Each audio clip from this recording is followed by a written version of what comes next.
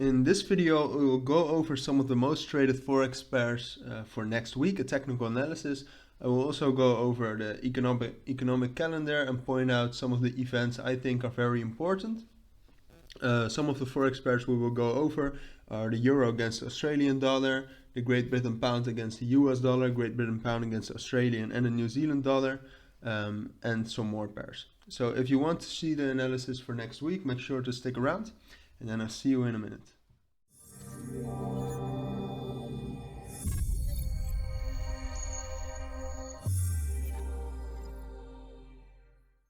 Welcome again. So we will start with the economic calendar. As I said, we will just go over some of the most important events.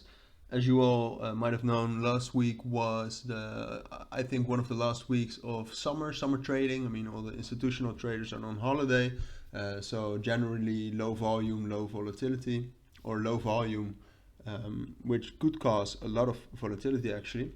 And next week will actually be the first week out of holidays. Last week was also the non-farm payrolls week, which is generally a weird week to trade. But next week, I'm very positive about next week for trading opportunities. Me, myself, I am somewhere between a day trader and a swing trader. I do analysis on daily time frames, so that kind of makes me a swing trader, but I'm not afraid to take some day trades as well if I see some interesting opportunities for it. So Monday we don't have a lot. I mean, the Great Britain PMI could be something to look out for, but wouldn't be too afraid that it moves price a lot of GBP pairs. Then Tuesday, be very wary of this. Interest rate decision, always very important. This one does not matter for me because I don't trade in the Swiss franc. But this one, it also comes together with something they say about the interest rate and about the outlook, the economic outlook, which could move the price a lot, especially with low volume at this time period. It could get some 200 pip spikes. I've seen that before. Then we have some euro things, quite important, and this less important. A lot of these economic sentiment indexes are good to look at, good to have in mind, but they don't move the price a lot. Then we have some Italian things, not very important. Canadian dollar PMI is important, so make sure to look out for that. Together with interest rate decision, which is at medium, which I don't really understand, but still. 10-year note auction could be important, but if you really analyze the notes, you are going into depth a little bit more with the technical and fundamental analysis. So for the people that do that, they know that this is important, but you don't have to pay attention to it, but just know that it's going on. Chinese inflation rate, I look at it, but it's not that important for Forex, since you can trade in the Chinese currency. It does have some correlation with Australian dollar, with the New Zealand dollar, and a little bit with the Japanese yen, so that's why it could be important, but just look out for it and don't pay too much attention to it. This is not important. This is important. Initial jobless claims, good to look out for. Now Friday we have a lot of things GBP, medium importance it says, but when all of these two highs, the balance of trades, together with all these mediums, that's quite important, all at the same time. So I wouldn't trade in the Great Britain pound. What you have a lot of these time points where they have a lot of events at one point, 8 o'clock in this case. What happens a lot is that some are positive, some are negative, and it's really difficult to see what the price will do. And then we also have the unemployment rate, which is important as well for the Canadian dollar. So that's it for the economic calendar. Now we'll actually get into the technical analysis on the daily time frame. So I'll see you in a minute. So welcome back everyone. Now we are in C-Trader, IC markets, where I do my analysis. We are on the daily time frame, and just to show you right here, the pairs we will be looking at are the euro against Australian dollar, the euro against the New Zealand dollar, Great Britain pound against the Australian dollar, the Great Britain pound against the Canadian dollar, the Great Britain pound against the Japanese yen. the Great Britain pound against the New Zealand dollar and the Great Britain pound against the US dollar. I just did its analysis, so I already have some boxes. Green boxes are buy, red boxes are sell. So we will start with the euro against the Australian dollar, which I think is quite interesting, because I think this was a small uptrend, but I think it's consolidating a little bit, maybe going into a range. And that's also why I have this trade open at the 1.59. But as you can see, if we look at the 4-hour chart, you can see that this gray box has already been hit.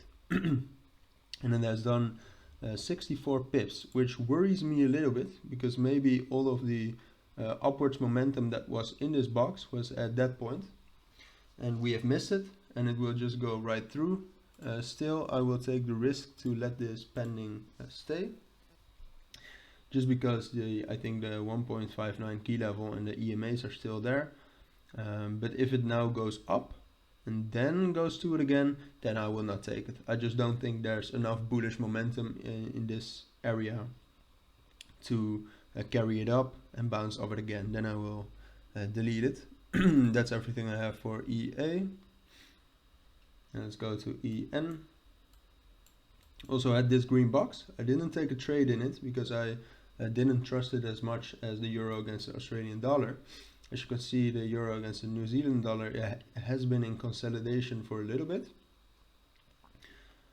So I think there's a good chance it will bounce up from here, but I will not take it. I think personally you have a better shot at, for example, taking it at the 1.65 or even 1.63 if you really don't want to take the risk. So I would move this to here. I do think that it will continue to move sideways, but if there is a really big downward move, like even below 1.63, I might want to take a retest of this trend line or a retest of this point. But that's too much in the future, I think, so let's keep it at this. Then the Great Britain pound against the Australian dollar. C-Trader is a little bit slow. It's the weekend. This is the weekly market outlook. So what you tend to have is that they do maintenance and stuff, and everything is a little bit slow. As you can see here, this third touch worked very well. I didn't take a trade. This looked like a very interesting area, because we have this gray point, we have the EMA, we have this trend line, and you have the 1.87 psychological key level. And what price actually did is it moved through and it took the retest and then down in an uptrend, or what seems to be an uptrend. So that is quite interesting in my opinion. And I now see that we missed the gray EMA, which is the 100 period EMA. That will be around here, I think. So I think it bounced off that EMA. But what I did see is this green buy area. I don't think you can place a trade of this again. I think it has been used. I think the power is out of it, and I don't think it will go up there again. So I do have to, I do have this gray area, which is comprised of this trend line of the 38.2 FIP and 1.83/1.82, just a little bit in between, and this key area. I think that will provide a nice trade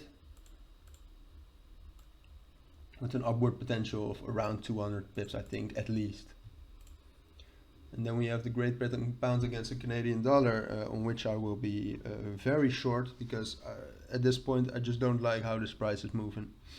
It has been moving like this for several months, and I just don't like what it is doing. I need like a really clear idea of what it's going to do. Like here I could say I want to buy at 1.68 or this level specifically.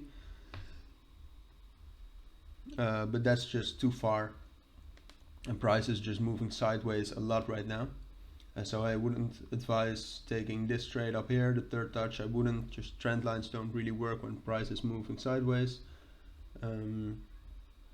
What could work, but you have to decide for yourself, is a 1.72 psychological key level on the trend line that could work. I'm not going to take it. I think it's too high risk.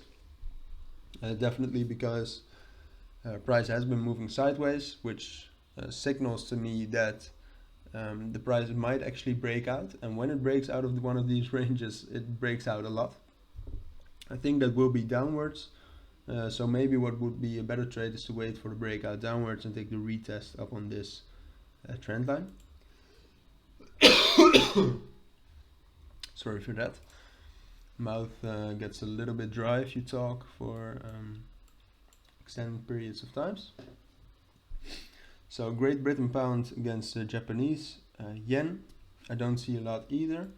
What I'm kind of waiting for is for it to break this trend line.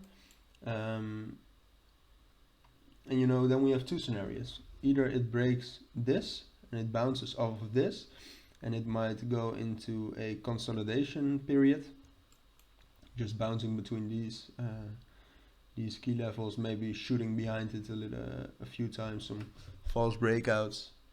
But that's the first scenario, and then I will not really trade it because I only like to trade in trending markets. Preferably, I mean, if you have some very good, as we will see at the last pair, if you have some very good setups, I will still trade in a consolidation or a consolidated pair.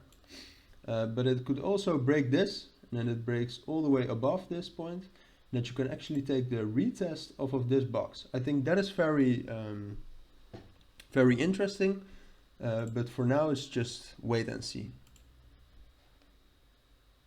And then GN, Great Britain pound against the New Zealand dollar, was also a small uptrend, but also kind of consolidated.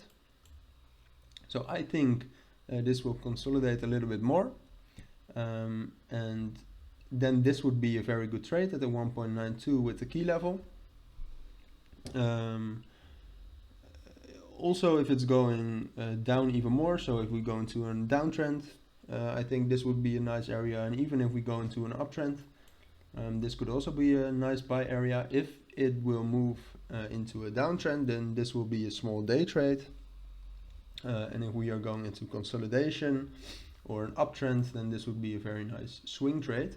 But that's very up to you to monitor that, and also up to me. Maybe I can do some updates on this if you want to, but let me know in the comments.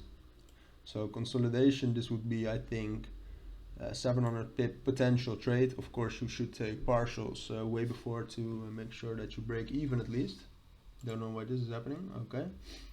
And then also this sell area at the 200 period EMA with the 1.96 and the trend line. Also a small key level here. I think that has at least 100 pips potential.